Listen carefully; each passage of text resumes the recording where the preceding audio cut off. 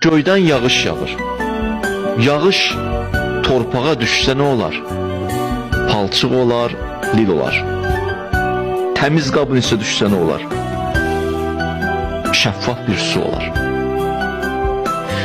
Yağış bəzi vaxtlar yerə düşəndə palçıq olur, lil olur, bəzi vaxtlar şəffaf su olur.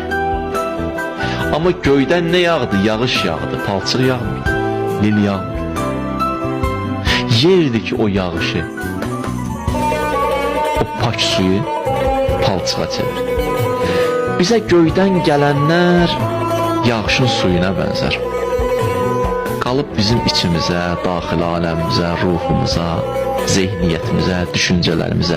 Ya onu palçıq eləyəcəyik, şərr eləyəcəyik, ya onu şəffaf su eləyəcəyik, xeyr eləyəcəyik. Bəşər sənə qalıb, mənə qalıb.